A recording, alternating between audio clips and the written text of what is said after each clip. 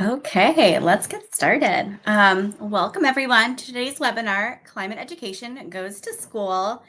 I'm excited to introduce you to our amazing speakers and see how they can school us on all things climate education, pun intended. um, so let's get started. Our first guest is Bonita Ford, author and speaker, and now Gen Z program lead for Climate Mental Health Network. Congratulations, Bonita, and thank you for Thank you. joining. Cone Timmers, executive director of Take Action Global. Thank you for coming. Thank you. Margaret Wang, COO and co-founder of Subject to Climate. Thank you for being here. Thanks, Emily. And our one and only Bryce Kuhn, Director of Education at earthday.org.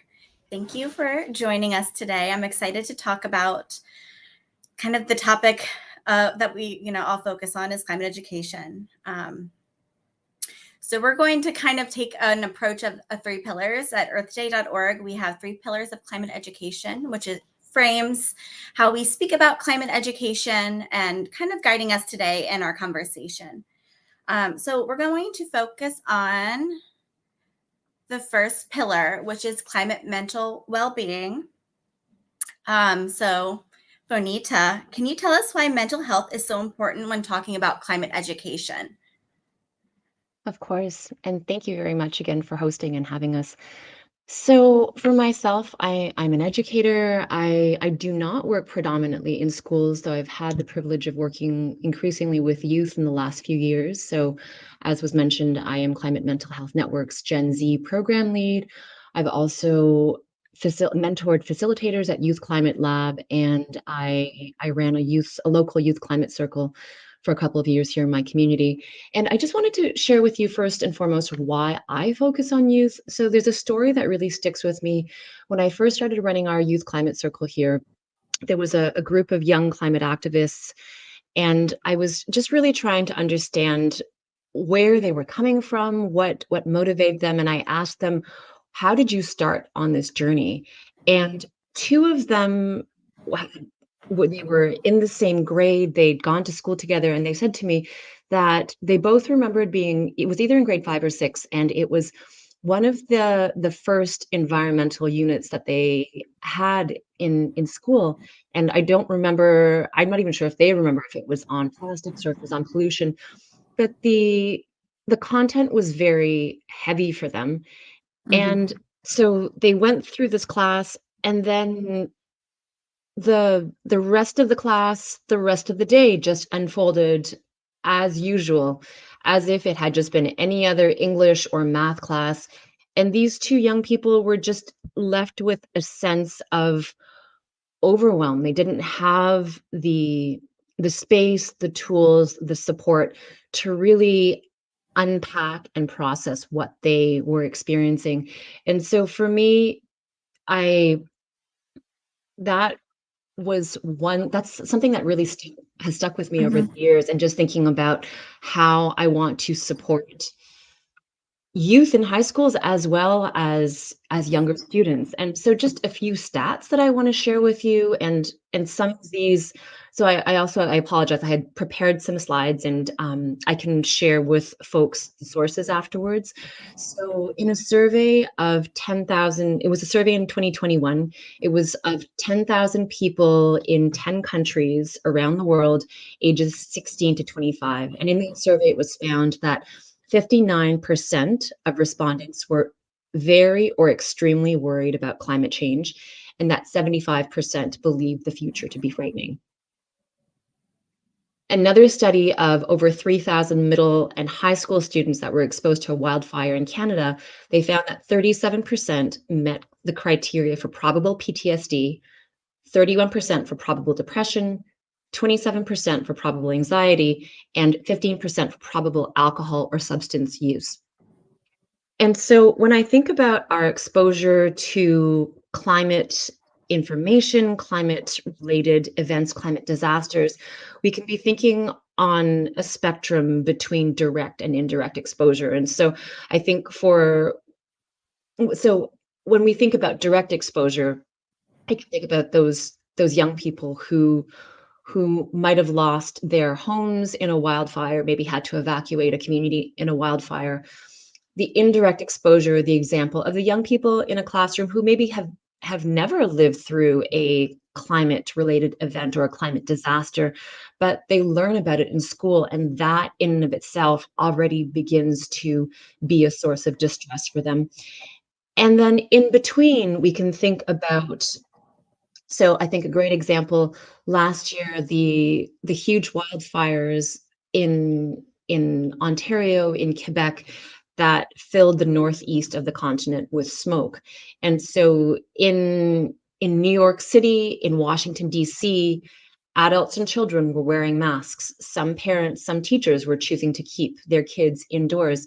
And so even though those kids were not directly exposed to those fires, even if they weren't necessarily talking about those fires in their classrooms or in their homes, there was this kind of in between sort of impact. And so just I think it helps us when we are thinking about climate just to be mindful of the spectrum of potential impacts, and to be compassionate around that we can all come from very different experiences, and those very different experiences can show up in the same classroom.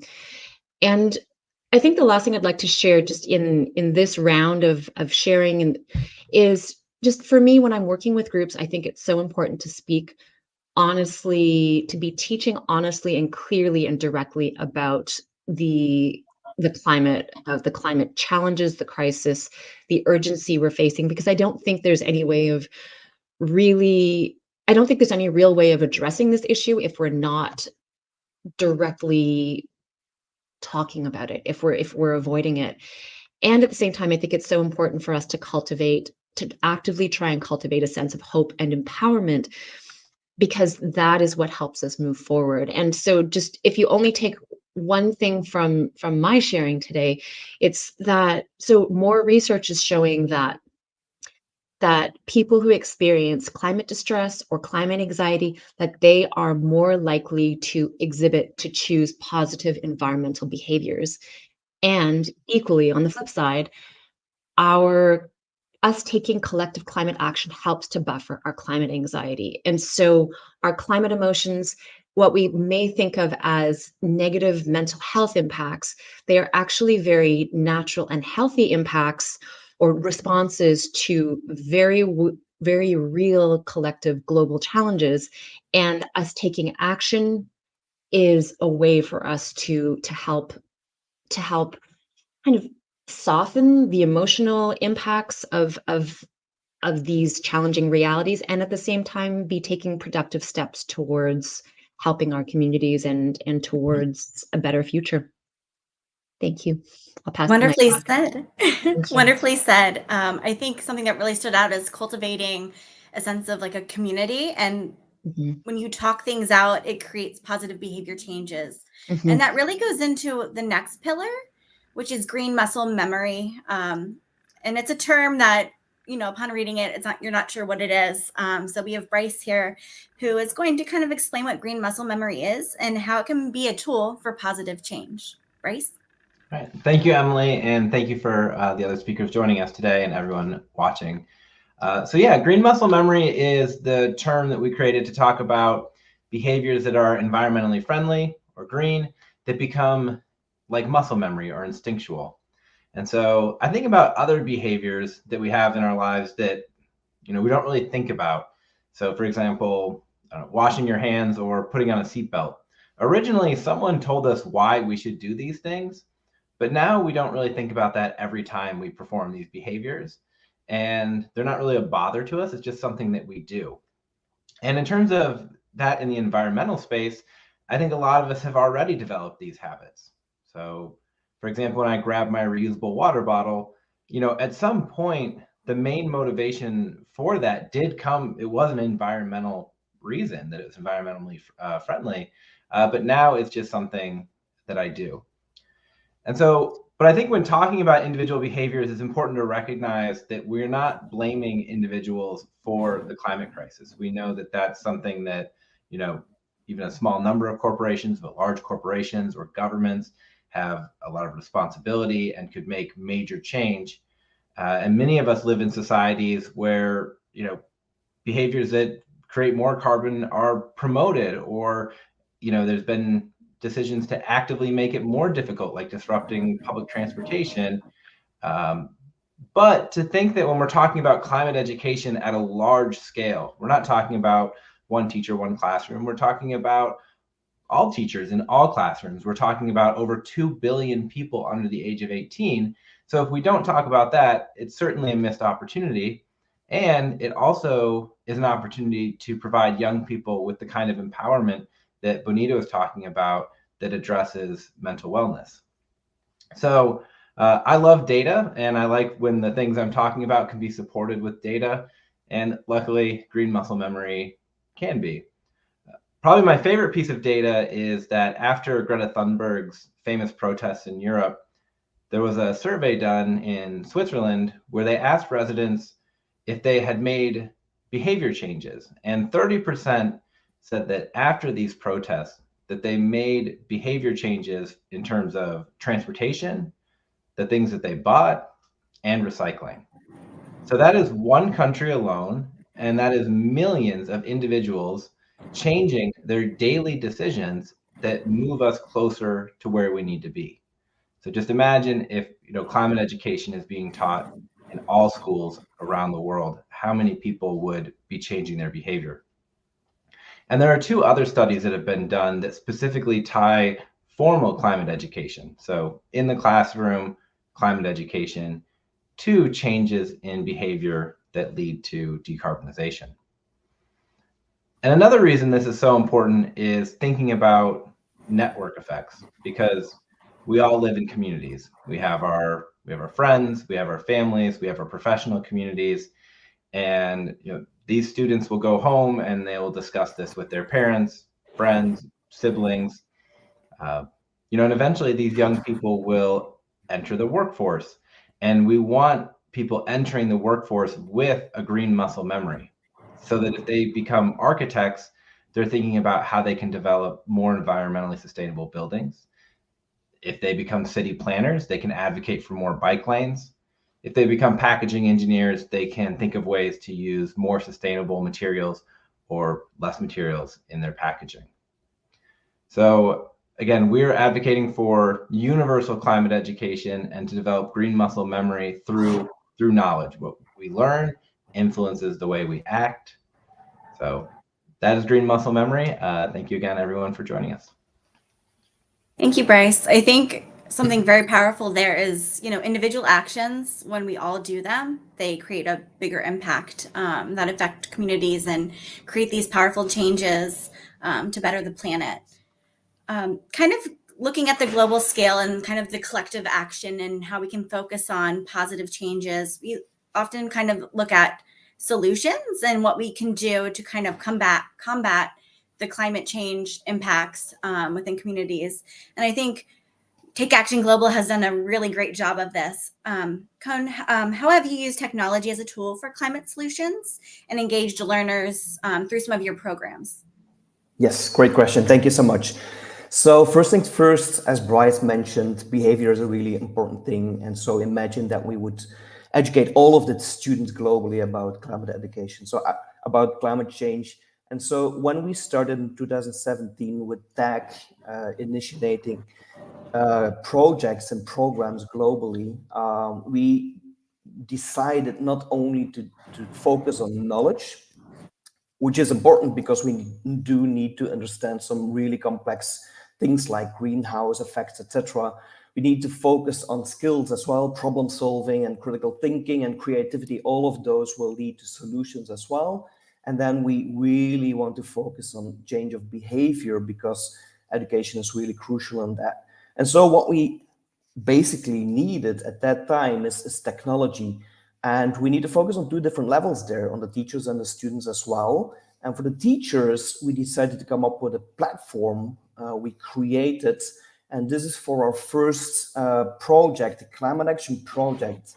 And so what we wanted is to create a community of practice, as they call it in research. And that is uniting teachers so that they, through technology, are able to communicate with each other They are not only communicating and sharing best practices with each other, like lesson plans and activities, but they are also sharing concerns with each other, because in some teachers' class it may not work, this collaborative learning approach. And why is that? And so another teacher is able to help them and give some best practices to them. But the great thing is that if you maintain and handle with this kind of education, and you go beyond just learning about climate change, the students will come up with great solutions. Depending on the age, depending on the subject you're teaching, they will come up with different solutions, basically. And so the technology has been helping the teachers to feature and showcase all of those solutions. And allow me to give you just one example about this. The great thing is that one teacher in Argentina came up with just a very simple and easy recipe to create your own bioplastic with milk and vinegar. It's brilliant because at very early ages, students are able to craft with that and create even like small Lego minifigures and tools and jewelry, etc. But older students, they will be able to think about the concept and is it equally good as other plastics? You know, is it sustainable as well? But it's really great. This is becoming really, really great if other teachers are able to replicate in their own country, basically with their own students and their own ages of students. And so that's a really great example. And another one is creating a solar lamp, basically, a solar light, which doesn't require a lot of resources, which is quite cheap, and still teachers are able to do it. So that is just one application of how we used technology to share those solutions. We have been using it for the students as well. So I mentioned the Climate Action Project, which is going to start in 1 month. It's freely accessible, and we have 5 million teachers and students at this moment. But I can share about another tool we created to measure the impact of climate education. But I can share about that in a few minutes. Wonderful. Thank you. I think, technology is such a great tool for creating and amplifying awareness, building a community, and, giving students and teachers a sense of agency with such a, powerful, impactful topic. Kind of using the 3 pillars, kind of how we just delved into them a little bit. It's so important to address all components when teaching climate change and supporting educators. So today we have launched our school guide to climate education, and I'm going to bring on our colleague Dennis, who will explain a little bit about what the guide is for, who the audience is, and just give an overview. So thank you, Dennis. Hi, Emily. Thank you for bringing me on. And before I get started, if in the chat, if you are a teacher or an educator or somebody based in a school, I just want you to put a little comment in the chat just to see who's here, maybe what you teach, what subject, and where you're from. A little bit about myself. I was very much in your shoes. If you're an educator, I taught 7th grade English for many years. And actually, one thing that inspired me to get into the world of climate education was I was teaching 8th grade English in Los Angeles in 2020. And just as Bonita mentioned earlier, there was wildfires happening. And so I had my lessons planned out for the English curriculum, but all my students could talk about was the wildfires. And so I revamped one of my units so that it would be focused on climate change. Now, this is something that I did totally on my own. It was very hard to transition and make this unit into a climate change unit. I thought it went well. The students were very much interested in this new climate change unit that I had, but it would have been great if I would have had some kind of support, especially with my colleagues and at the school and district level. And I think this school guide to climate education kind of addresses that need. Some quick statistics for you. 86% of teachers support climate education being taught in schools. However, only about 45% of educators have received any formal kind of professional development regarding climate education or sustainability. So there's definitely a gap there that needs to be addressed. And the school guide to climate education was created to kind of fulfill that gap. There are states that are making progress. Actually, just earlier this week, Illinois signed a bill that they are going to embed climate education into their science and history curriculum. However, just as Bryce mentioned, we are advocating for comprehensive interdisciplinary holistic climate education, which is, what we need at this moment. The school guide to climate education takes into account all these three pillars that we're talking about today. So we're talking about climate mental well-being. Just as Bonita mentioned, there are students who suffer from climate anxiety. They need a safe space to talk about their feelings regarding climate change. And they need a trusted adult that they can come to for information that they know is true. Again, green muscle memory, just like Bryce said, we are trying to make sure that students develop these sustainable habits. Again, the blame is not on the individual, but we want it to become kind of just a muscle memory that they do without thinking. And then they take these into, into their personal lives, to their families, and they talk about them. And then finally, just like Cohen mentioned, we want students to come up with solutions. They're the ones that are going to be in the workforce in the coming years, and we want them to have these green skills, technology ready, and so they can face the climate crisis. So the School Guide to Climate Education is being housed on our climate education webpage on earthday.org. We're going to be doing several events throughout the fall and the coming year, introducing it, bringing it out to schools. If you would like to be a part of this curriculum, definitely reach out to us. You could reach out to any of the Earth Day colleagues here, so Emily, Bryce, myself. We'd definitely love to show you how to use the School Guide to Climate Education, how to implement it into your curriculum.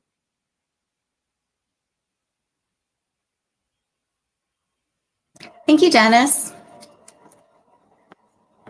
Can you kind of go over a little bit more about what it's offering, or how it kind of bridges a gap between, climate education and the classroom? How do you kind of bridge that gap?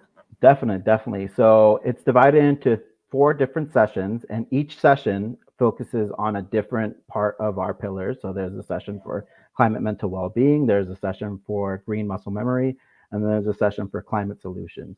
And so the School Guide to Climate Education allows educators to bring existing lessons that they already have and their own background knowledge, and then kind of redesign it and make sure that their lesson is a climate education lesson.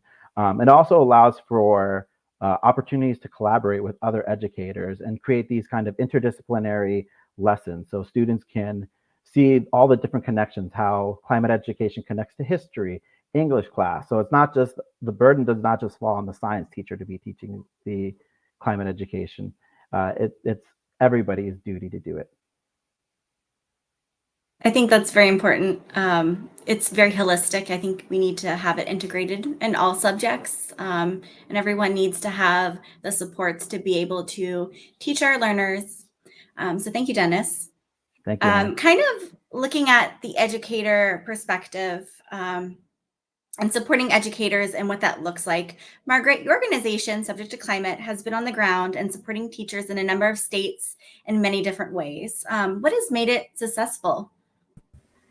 Thanks so much, Emily. So as Emily mentioned, Subject to Climate is a nonprofit, and we are a free platform providing educators with resources and teacher developed materials. And the goal is, and I think that's what why it's been successful, is to help integrate climate change into what you already teach. So my background was, I was a high school social studies teacher. And while I wanted to be a part of this movement and something so important, the reality was that I was just too busy as an educator. I had too much on my plate. I had to teach so many other things and teach, to be honest, a test. So one of the things we realized was that it's really important that it's not that there's not a lot of resources out there. It's just that there are too many out there. And so educators need an easy way to find that right resource that really fits into their classroom and augments what they were already going to teach. So one way that we found that it was really useful is to have the resources in our database, as well as the teacher-made lessons and activities, to be aligned with national standards. And for certain states that we work with, that would be their state educational standards. So that means that, you're not adding more onto their plate. It's helping augment and teach the standards that they may already have to teach. Another thing is that, what is out there? Is it credible? We know that there's a lot of misinformation out there. So we also make sure that we have a scientist review all the resources so that teachers don't have to think about that as well. And then I see in the chat somebody even said, yes, lack of time absolutely resonates with my experience. So yes, with the standards alignment, the third part is usability. So making sure that it's really easy for you to just get to that right resource that you need. So later I'll put in the chat our site, but our resource database, you can filter resources through the subject that you teach, the grade level that you teach, and even some of the standards, or you can simply search keywords on it. We've seen some people write things like writing or reading or trying to see a math lesson plan. So the usability is really important. You can even filter by language, the region, and topics, as I mentioned, with keywords. And the last thing I think has been really successful is it's not enough to just have resources out there. This is why it's so great that earthday.org has a guide. I think having more guides for educators on how to leverage these resources can help save educators a lot of time. So we also have pedagogical help articles, teacher guides that show you how you might take all these resources, or maybe there's a topic and we try to curate the resources for you so you're ready. I know we've collaborated with Earth Day, for example, on this, and also TAG. So that's one way to do it as well as PD, professional development. I think that'll help educators a lot. So those are some of the things that we've done. I love that. I think, all educators can, relate to the lack of time in every component. So I think, making things accessible and, being able to, you said, augment what they're already doing in the classroom, I think is amazing. Your resources are wonderful for educators to access. Are there any things you've noticed about your resources or feedback you've gotten from educators? Right. So, I mean, some of the things we've seen, for example, the most popular lesson plan that was created by another teacher that has been the most viewed is a geometry lesson on calculating sea rise. And I'm actually going to put this in the chat. Oh. And so one of the things is that, and hopefully it'll post in a chat soon. But one of the reasons why I bring that up is because teachers are really looking for ways that they can teach the skills that they already have to teach. So for example, this is, a geometry lesson plan, but the idea is that you're making it way more relevant for students. And so that makes it more engaging for them. And as a teacher, that's what you would want. Another popular teacher guide that from last month was, 10 easy use articles for ESL students. So we know that literacy, for example, is top of mind for educators and, especially after the pandemic. And so it's really interesting to see that these are, topics in math and ELA that are the most popular resource. And it shows that climate education is not just restricted to science classrooms, and it's great that it's being taught in science classrooms, but I think what we're seeing is that, teachers want to teach about climate education. They just need a way to fit it into what they already teach. So that's what we're seeing. And we still see a lot of keywords such as reading and writing, and people asking us for more math resources to put context to math. And the last thing is that, it just has to be easy to envision how they might integrate it into what they already teach. And I think that's the biggest takeaway that we've seen in the resources that are popular. That's great. I think having a platform where educators can post their resources so other educators, United States, globally, can access to teach their students. I think educators are so innovative, and I think it goes to show that they can integrate it into what they're already doing. Kind of going off on climate solutions and kind of focusing on incorporating technology, because we know climate education can be incorporated in all subjects. Cone, Take Action Global has been very successful with incorporating technology as a tool for climate solutions. How has technology made climate education more collaborative? Yeah, so I think there's two different approaches to use technology. One is in a synchronous way, and the other one is in an asynchronous way, meaning that one is live and the other one isn't. And so I think a really great example for using technology is to have virtual exchanges, basically. What we notice is that students really love those. It's something they are really keen about having those. Because the interesting part about climate change is that the causes for climate change are merely the same in different countries and continents, but the effects can be very different. So students in Florida can have like hurricanes, and in Australia they have bushfires, and in Belgium we had floods. So very different.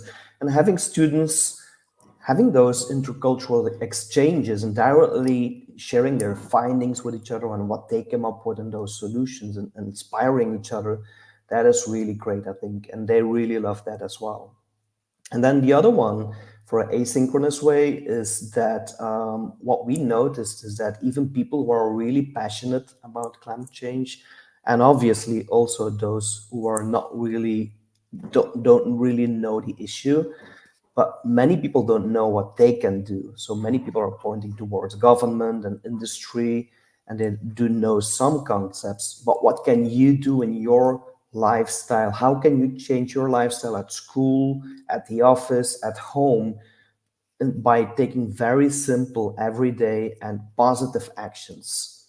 And so that is why we created this app, Earth Project, is freely available for iOS and Android as well, which shows you what kind of actions you can take, but also shows the right impact you're creating by taking those actions, by showing the amount of carbon avoided.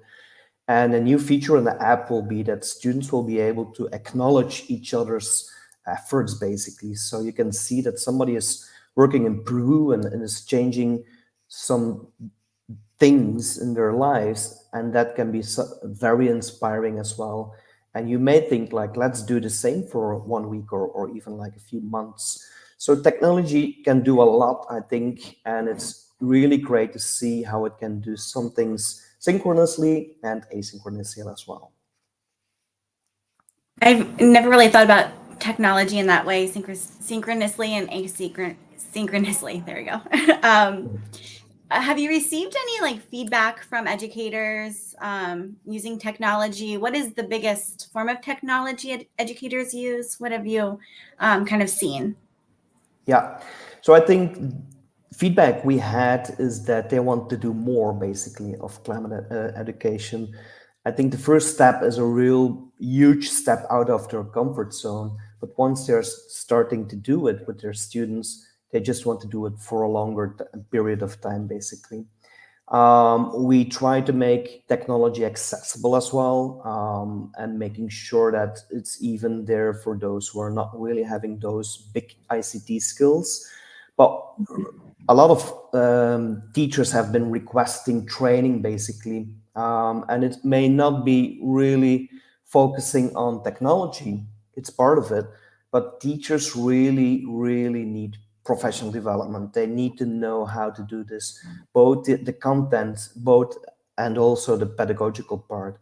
And that is why we came up with the Climate Action Schools program, a full year, and we're doing it with the whole school as well, making sure that they're able to do that. And certification is a really important part of that. And that is what we try to accomplish through technology as well, making sure that all of the teachers have their personalized certificates, and making sure that they are being trained, which we can do. We have been seeing, we already did it before COVID, but because of COVID, everybody started to realize that we can teach and train online as well, using tools we are using at this very moment for this webinar. Yeah. Yeah, I think that's important to know, that I think access to technology is also very important, and can really change how we approach climate education. Thank you. Kind of going back to the mental well-being and supporting staff, kind of with, fostering positivity. Bonita, thinking about supporting school educational staff, what are some skills and strategies that schools can use to support the mental health and well-being of its educators and school staff in general? Thank you for the question. I think it's about creating a culture of care and mutual support. And so I think it starts with taking responsibility for our own self-care and also trying to engage in fostering positive, mutually supportive, respectful, compassionate relationships with our colleagues. I think, as Dennis mentioned before, just the importance of having that support from our colleagues. And so when I think about the capacities that we would want to develop in a classroom culture, I'm also thinking about how do we walk that talk as educators, just the compassion, the mindfulness, the care, the sensitivity, the honesty we want to bring to our classrooms? Can we also really try and cultivate that within our peer interactions, within our in in the staff room as well too? And I think that, so when I think about strategies, I guess I think that the tools and strategies kind of trickle up and trickle down, and maybe in a way it's almost more difficult for them to trickle up to a management level or a board level. That I've seen some teachers in classrooms just do some beautiful work and really introducing social emotional learning tools in their own classrooms, and without necessarily having the support of their principals or without other teachers using those kinds of tools in their classrooms. And so for me, I think it's about really trying to bring that kind of having the the language. And so one of the things I have a number of resources that I would like to share, and I'll put them in the chat, and then ask one of the Earth Day hosts to please put that in the public chat. And so a few of the things that I have found that have been really useful. So actually a very simple tool is the climate emotions wheel. And this I've used it with adults, I've used it with teens, and I've seen educators do this with middle grade and younger early elementary students. And I think it's just really about it's about giving students and teachers the language to identify their climate emotions. And and it's also about, so it's having the language, but it's also having a practice of learning to identify what is it that I'm feeling as we're teaching this, as we're learning about this, what is stirring in me? How do I give words for that? And then also, how can we co-create a safe culture for that? And so again, that's kind of that whole trickle up, trickle down sort of a thing, that in the classroom we might be, or and whether this is between teachers and students, or whether this is just in adult support groups, having guidelines, having agreements around just how do we create a safe and respectful space, and really wanting to have us be mindful of our own of what we are, of how we're being impacted emotionally by these issues, by teaching these issues, by learning about these issues. And then with that self-awareness, learning, practicing strategies to help us work through the intensity of those very healthy, very natural emotions, and just bringing it back to those two studies that I had mentioned earlier in some of the opening remarks. Just that our climate distress leads, for most people, it leads to positive environmental behaviors, and that our climate action helps to buffer our climate anxiety and our climate distress. So this is a kind of a very healthy, dynamic, self-regulating sort of intelligent system, if you will, and just really trying to find ways to encourage that to unfold and develop in a healthy way for ourselves as educators, the people that are holding space for this process for students, and also for the students themselves as they're engaging in this learning process. I love it. You mentioned the resource of the climate mental health wheel with the faces and naming the emotions. if I was still in the classroom, I would be using it, Mhm. especially for younger students, kind of working through those social emotional learning skills and Yes, strategies with younger students. But also, I think adults also need a refresh on that as well. And I Mhm. think you're never too young, never too old to kind of work through those skills and strategies to navigate the world we're living in. I think that's really Absolutely. important. We need to Absolutely. have those mastery of those skills. So thank Mhm. you. Of course. One more question for you. Mhm. What are you noticing about the connection between climate mental health and teaching about climate change? Is there any big noticings that you have? So I just want to bring this back. It's a thread that was named by both Dennis and Margaret, and just this piece around the holistic nature of this issue and the holistic ways that we can bring this to our classrooms and to our lives and to our communities. And so I'm thinking about what you shared, Dennis, about the the lesson that you had planned and then the wildfires that were happening and just how the students were, that's all they wanted to talk about. And so this I, in collaboration with Climate Mental Health Network, and this is so in one of the links that was dropped in the chat, this is one of the resources that folks can download. So I wrote a high school, it's a lesson plan aimed at high school English teachers, but it can be adapted to social studies classes, to science classes. And this came as it was the result of a writing exercise that I did with my youth climate circle folks. And we took an afternoon, we did some writing, and when they gave me their writing, I noticed how varied their writing pieces were. Someone had given me a poem, someone had what they gave me looked like a journal entry. Another one, it looked like it was kind of almost like a message, a letter to adults in the older generation. And another piece was written more like an article. And what I realized was that there are so many different ways that any of us, young people, adults, that we can be expressing our climate concerns, our environmental concerns, our emotions around all of this. And so I developed this lesson plan around these writing pieces. And there are, so I really, really want to encourage folks to check out all of the links that are in the chat. There are so many amazing resources that Climate Mental Health Network has developed. They're all available for free downloading. And so there's this lesson plan that features the writing pieces of these 5 or 6 young climate activists. And again, they're just kind of bringing it back to the holistic nature of it, that this is not just about something that we learn in a biology classroom or that we learn in social studies and we put it down there, that this is actually that it can be. And I would encourage us to be really thinking in that holistic, interdisciplinary way of how do we bring these threads into other areas?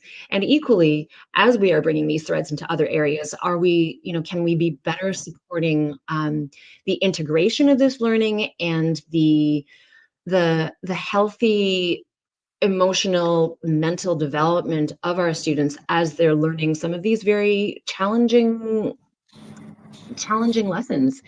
And so I guess I just want to wrap this piece just by saying that of the resources that I'm recommending on the K-12 education page, there is also an excellent resource that was developed in collaboration with CLEAN, so Climate Literacy and an Energy Awareness Network.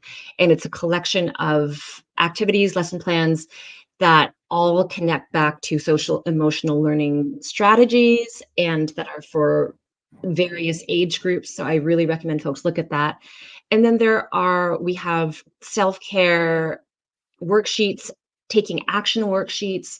We have guided meditations. We've got an arts therapy toolkit. So there are so many free resources available. They've all been curated by Climate Mental Health Network's team. And just want to just bring it back to reminding teachers that this is for you and this is for your class as well too. And so it's about your own self-care and just really helping to really fill your own cup as you're going in and teaching about these challenging things, coming in with just in a grounded way to be able to support your students as they're engaging with these challenging topics, and also giving them the tools and the space to be unpacking this in a healthier and a more productive way. Wonderful. Thank you, Bonita. Amazing. I think the work being done here truly is integrative and collaborative, and climate education is for everyone, and can be supported in so many different ways. And there's so many wonderful resources. I think that was the biggest takeaway of today. There's amazing work being done in so many different ways to access materials. So I want to thank the speakers for joining us today and sharing their wonderful resources. All of the speakers' resources are in the chat. Feel free to go check out the chat with all the links. There's lots of good information there. Wonderful projects coming up. And also you can go visit our climate education page at earthday.org. We have our Earth Day Educator Representatives, which is about bringing together educators from around the world for Earth Day 2025. So there's plenty of resources on that. So go check it out as well. I would like to thank you all for joining us today. I hope you had some great takeaways that you can also implement into your classroom. So I appreciate everyone for being here. Thank you.